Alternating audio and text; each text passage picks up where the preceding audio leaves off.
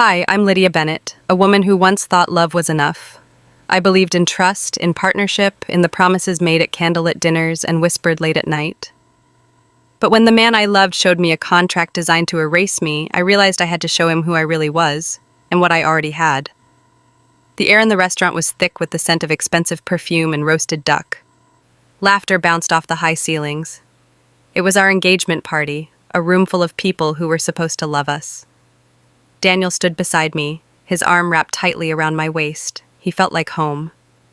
Or he did, until he let go of me, reached into his jacket pocket, and pulled out a thick stack of papers bound by a clip.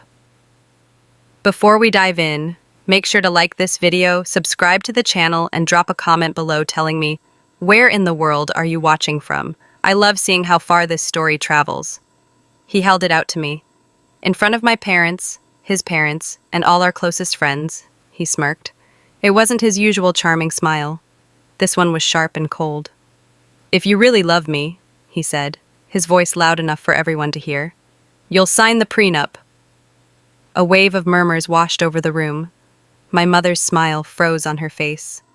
My father shifted uncomfortably in his seat. Daniel's mother, a woman who dripped with diamonds and disdain, leaned forward and added, "It's just protection, dear. Our family has wealth to consider."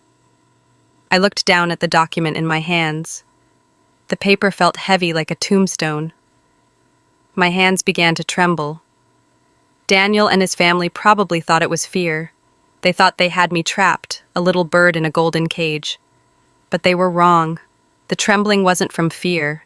It was from the quiet, furious knowledge that they had underestimated me completely. It hadn't always been like this. When I first met Daniel, he swept me off my feet. He was everything I thought I wanted. He was handsome, confident, and worked in high-stakes finance, a world that seemed so different from my quiet life as a graphic designer. He took me on romantic trips to Napa Valley, where we drank expensive wine and talked about our future under the stars. We took long walks through Central Park in the fall, the crisp leaves crunching under our feet as he promised to build a life with me. "You won't have to worry about a thing, Lydia," he would whisper, kissing my forehead. "I'll take care of everything." And I believed him. I was so in love, so caught up in the dream he was selling me, that I started letting my own life shrink. I was on the partner track at my design firm, a goal I had worked toward for years, but I started saying no to late nights at the office so I could be home to have dinner with him. I passed on a major promotion that would have required more travel. I even drifted away from some of my oldest friends because Daniel found them unambitious. I was pouring all of myself into our relationship, believing it was an investment in our shared future. He was my world, and I thought I was his. But looking back now, the red flags were there. They were small at first, easy to ignore. They were disguised as jokes. We'd be at a dinner with his colleagues, and I'd be talking about a project I was passionate about. Daniel would laugh and wrap his arm around me. "Her design job is cute, isn't it?" he'd say to the table. "But it's nothing compared to real finance." The table would chuckle, and I'd force a smile, feeling a familiar sting of embarrassment. I told myself he was just proud of his own career. His family was less subtle. They never missed a chance to remind me where I came from.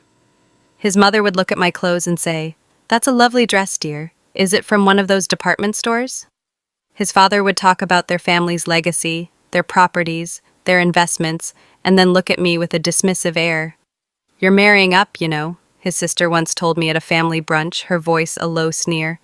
"You should be grateful." Each comment was a small cut. I would go home and cry sometimes, but when I tried to talk to Daniel about it, he would brush it off. "That's just how they are," he'd say. "They're protective. Don't take it so personally." So I buried my discomfort. I convinced myself that love was more important than money or status. I told myself that once we were married, I would be one of them, and their little digs would stop. I loved him, and I thought that was enough to overcome anything. I was wrong. That engagement party was the moment the illusion shattered. The prenup he handed me wasn't just a legal document, it was a declaration of war. It was a trap. Later that night, alone in my apartment, I finally read it. My hands were steady now, my heart cold and clear. The terms were more insulting than I could have imagined. It stripped me of any rights to any asset acquired during our marriage. even if my own efforts contributed to it. It stated that in the event of a divorce, I would walk away with nothing but what I came in with. It went even further, restricting me from claiming any kind of spousal support, no matter the circumstances.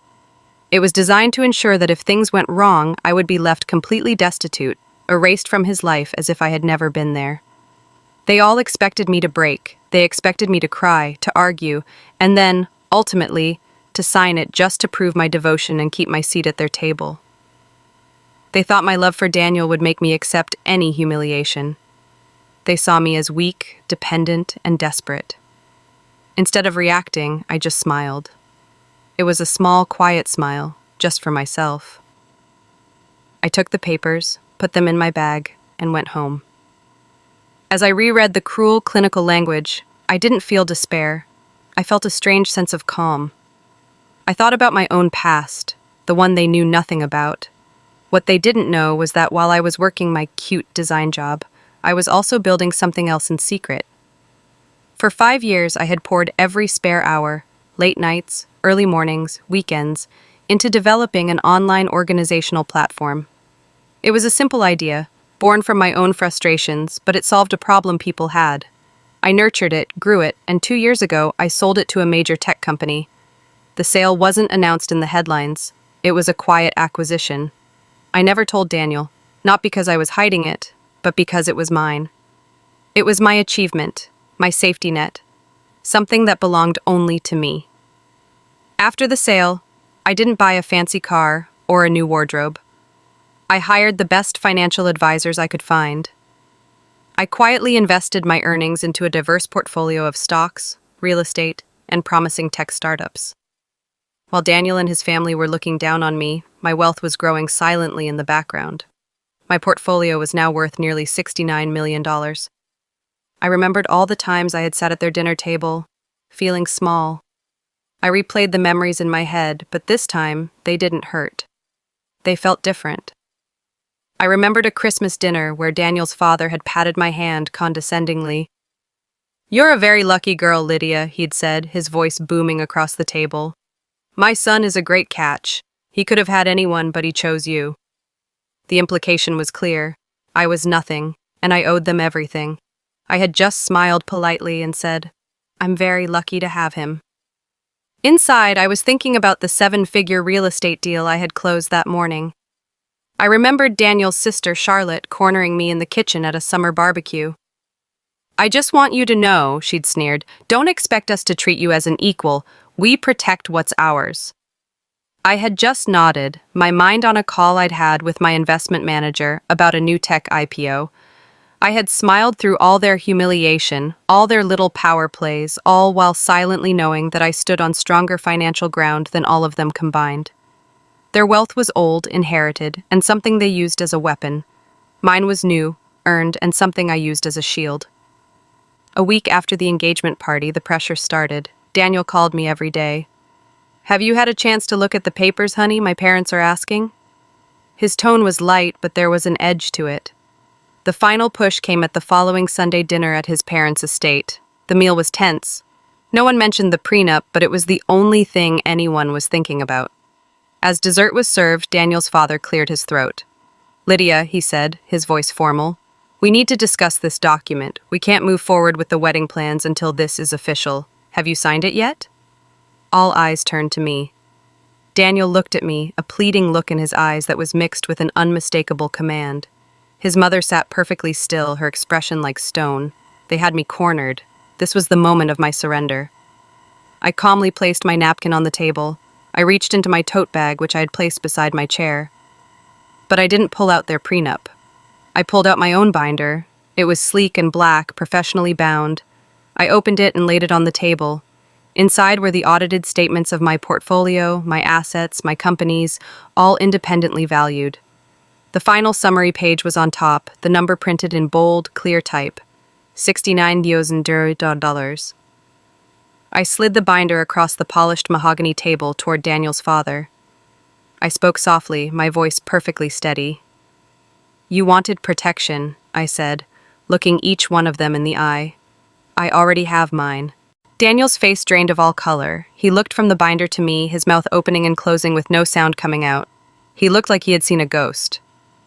His mother was the first to speak, her voice a sputtering whisper. Why didn't you tell us?" His father stammered, shaking his head. "This can't be real. Where did you get this?" I leaned back in my chair, unshaken. For the first time at this table, I felt completely at peace.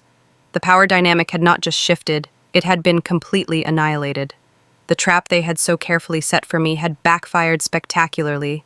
They wanted a dependent, a pretty accessory who would be grateful for their scraps.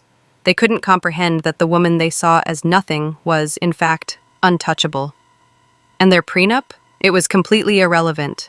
My wealth was premarital, separate, and already protected far more securely than their lawyers could ever manage. I could have screamed.